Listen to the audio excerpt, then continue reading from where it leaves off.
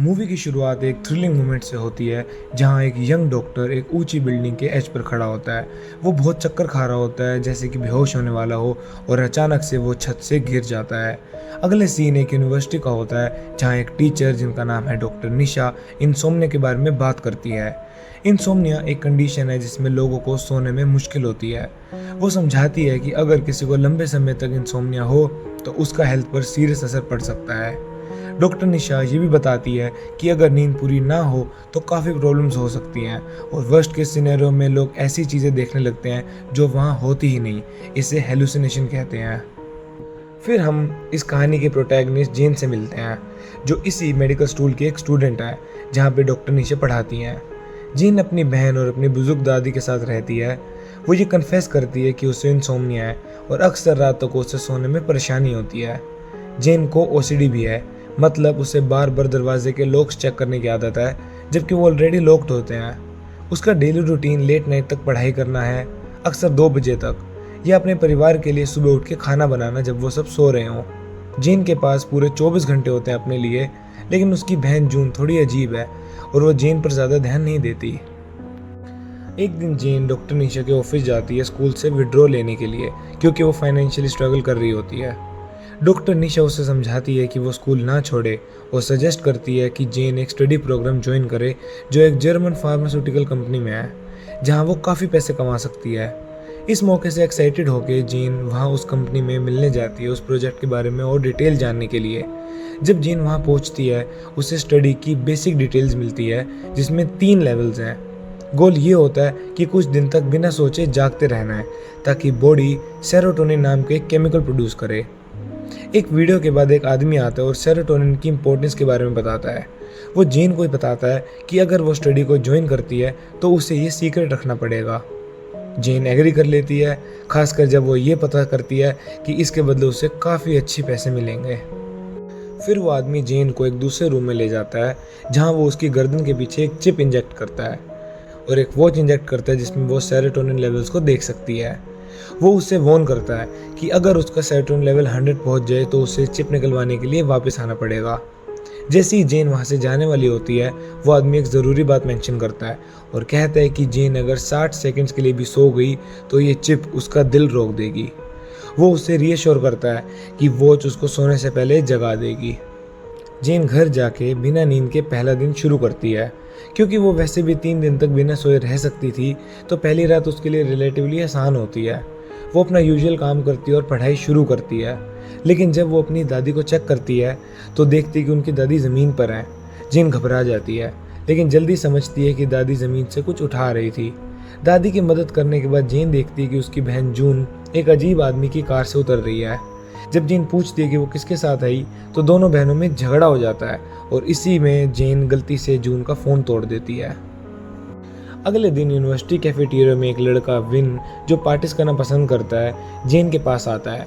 वो भी स्टडी का पार्ट है और उसे बताता है कि वो अकेली नहीं है, और भी स्टूडेंट्स हैं जो डीप वॉच पहने हुए हैं। उनमें एक सिन है जो इन्फ्लुएंसर है और अपनी मर्जी के खिलाफ मेडिसिन पढ़ रही है। इस वजह से उसे स्ट्रेस होता है और नींद नहीं आती। एक और लड़का पीच है जो सिन के पीछे पीछे रहता है। सब एक साथ बैठते हैं और लगता है कि पीच ही एक ऐसा है जो स्टडी के रिस्क से डरा हुआ है। जेन उसे तसल्ली देती है और जब विन सजेस्ट करता है कि दोनों मिलकर एक दूसरे की मदद करें ताकि 100% सेरोटोनिन लेवल तक पहुंच सके, तो वो अपने नंबर शेयर करने का फैसला करते हैं। दोनों मिलकर अपनी पहली पेमेंट कमा लेते हैं। इस बात का सेलिब्रेशन करते हुए एक छोटी सी पार्टी भी रखते हैं।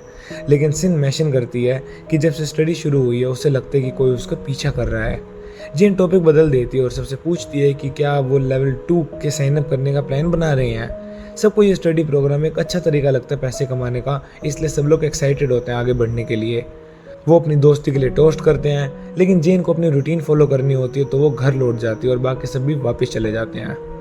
बाद में जेन अपनी बहन के लिए एक नया फ़ोन खरीदने का फैसला करती है ताकि उसका पुराना फ़ोन तोड़ने पर उससे माफ़ी मांग सके। लेकिन उसे पता चलता है कि विन को भी फैमिली इश्यूज़ हैं, क्योंकि उसकी अपने पापा के साथ अच्छी नहीं बनती। सब लोग वापस डीप पहुंचते हैं ताकि लेवल 2 के बारे में और पता कर सकें। एक आदमी उन्हें बताता है कि इस लेवल में उन्हें 5 दिन तक जागना पड़ेगा, लेकिन पहले से 5 गुना ज़्यादा पैसे भी मिलेंगे। पहले वो लोग थोड़ा हिचकिचाते हैं, लेकिन पैसों की प्रॉमिस सुनकर वो सब लोग मान जाते हैं।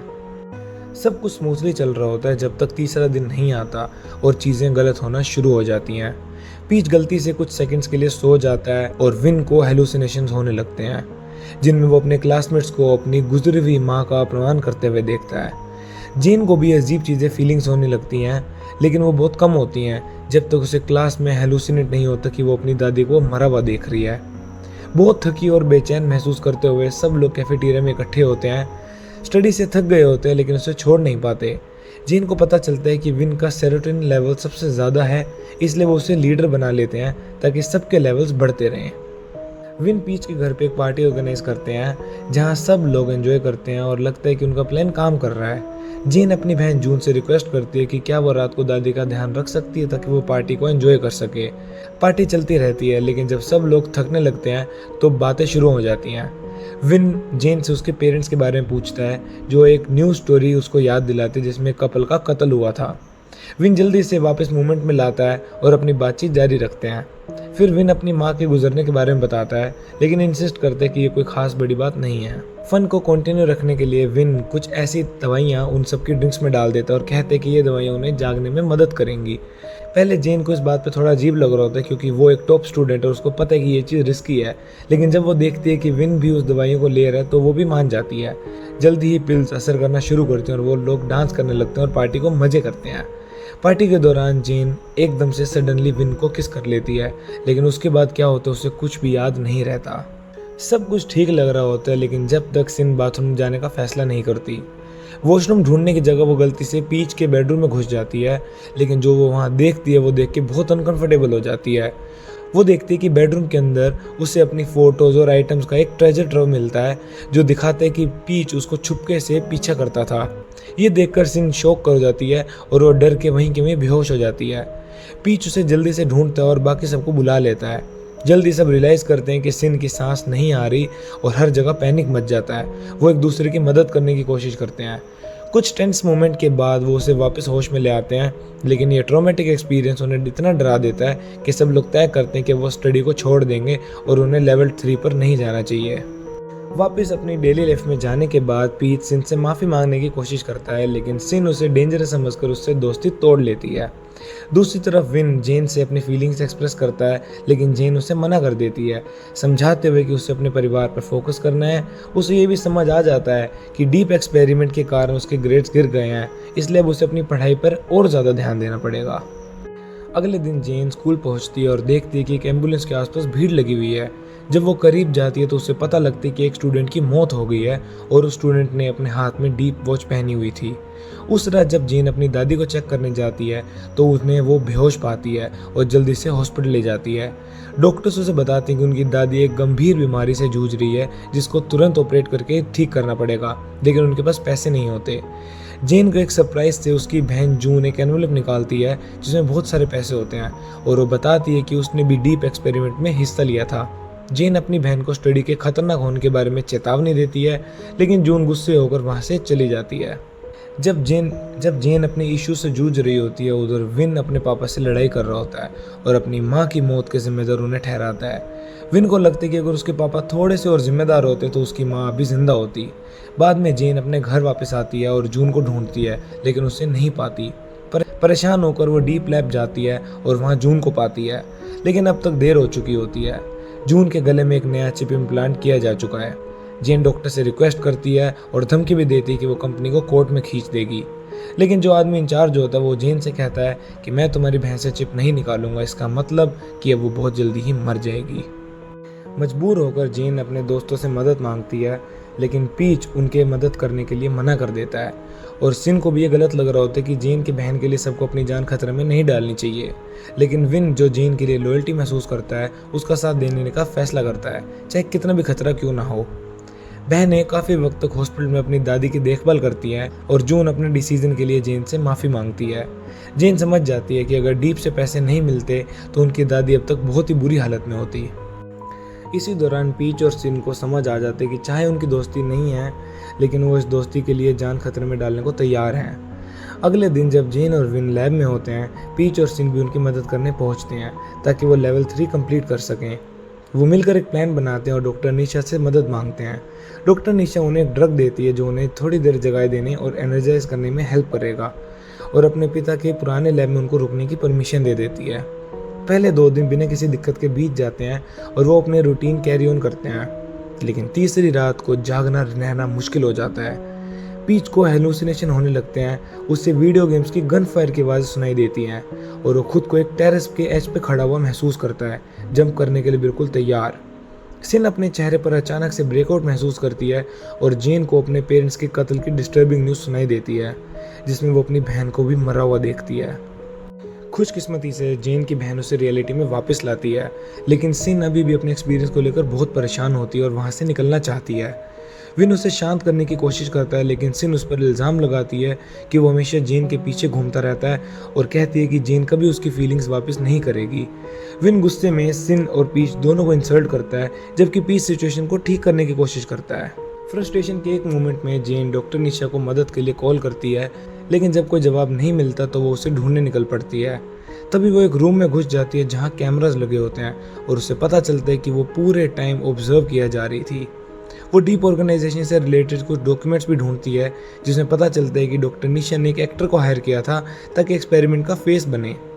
तभी डॉक्टर निशा वहाँ आती है, लेकिन जेन कैसे भी करके वहाँ से निकल जाती है और अपने दोस्तों को सारी सच्चाई बता देती है। जब सब पुलिस को कॉल करने की कोशिश करते हैं तो सिग्नल नहीं होता और डॉग बंद मिलता है। 7वां दिन शुरू हो चुका है। सिन अपने हाथ में चीज़ें ले लेती है और रूम के सारे सिक्योरिटी कैमरास तोड़ देती है। सबसे पहले विन सो जाता है और 60 सेकंड्स होने के बाद डॉक्टर निशा दरवाज़ा खोलती है ताकि उसे ले जाया जाए, ये समझकर कि उसकी मौत हो गई है। लेकिन ये सब एक चाल होती है जो ग्रुप ने बनाया होता है। जब डॉक्टर निशा का माइक्रोचिप पर ध्यान होता है, विन अचानक से उन्हें बेहोश कर देता है। इस वक्त दूसरे लोग वहाँ पहुँच जाते हैं और बताते हैं कि उन्हें एक ड्रग मिला है जो हार्ट अटैक को रोक सकता है। वो डॉक्टर निशा का सामना करते हैं, जो आखिरकार सारे सच्चाई बता देती है। उसने ये सब अपने पति जेड के लिए किया था, जो एक बार काफ़ी ज़्यादा जागने के एक्सपेरिमेंट में इन्वॉल्व था और एक बिल्डिंग से जंप कर गया था। हालांकि वो बचा लिया गया था, लेकिन कोमा में चला गया। डॉक्टर निशा ने सेरोटोनिन देने का तरीका निकाला ताकि उसे रिवाइव कर सकें, लेकिन इसके लिए उनको कई सारे ह्यूमन सब्जेक्ट्स की ज़रूरत थी। क्योंकि उनका खुद का सेरोटोनिन लेवल इतना ज़्यादा नहीं था, उनको बाकी लोगों की ज़रूरत पड़ी। उसने ये भी दिखाया कि उसने खुद पर काफ़ी सारे एक्सपेरिमेंट्स किए, जिससे काफ़ी सारे इम्प्लांट्स के निशान भी दिखते हैं। सब लोग उसे देखकर बुरा महसूस करते हैं और जैसे ही वो डॉक्टर निशा को एक कॉर्नर कर रहे होते हैं, तभी डॉक्टर निशा एक ऐसा ड्रग जेन के अंदर इंजेक्ट कर देती है जिससे उसकी जान जा सकती है। खुशकिस्मती तो ये होती है कि वो सारे मेडिकल स्टूडेंट्स हैं और वो हॉस्पिटल में होते हैं, तो उनके पास जेन को वापस जिंदा करने के लिए सब कुछ होता है, लेकिन शुरू में कुछ भी काम नहीं आ रहा होता। इस बीच डॉक्टर निशा और विन के बीच में लड़ाई हो जाती है और डॉक्टर निशा विन को दूसरे इंजेक्शन से बेहोश करने की कोशिश कर रही होती है, लेकिन सिन टाइम पर पहुंचकर उसको बचा लेती है। डॉक्टर निशा को गिराकर उसको बेहोश कर देती है। आखिरकार जेन की बहन उसको जिंदा कर लेती है और सब लोग फिर एक राहत की सांस लेते हैं। बाद में डॉक्टर निशा को अरेस्ट कर लिया गया है और हम देखते हैं कि सिन ने अपनी मेडिसिन की पढ़ाई छोड़ दी है और अब वो इन्फ्लुएंसर बन के अपने स्ट्रीमिंग प्रोसेस को फॉलो करती है। विन अपने पिता से सारी बातें ठीक कर चुका है और एक नए रिश्ते की शुरुआत करता है। जेन और उसकी बहन के बीच में भी रिश्ता थोड़ा ठीक चल रहा होता है अभी, और वो एक दूसरे की मदद कर रहे होते हैं एक दूसरे को ग्रो करने में। और इसी दौरान विन काफ़ी हद तक जेन का दिल जीतने में सफल हो जाता है और वो दोनों अपनी दोस्ती को लेकर एक नई शुरुआत करते हैं।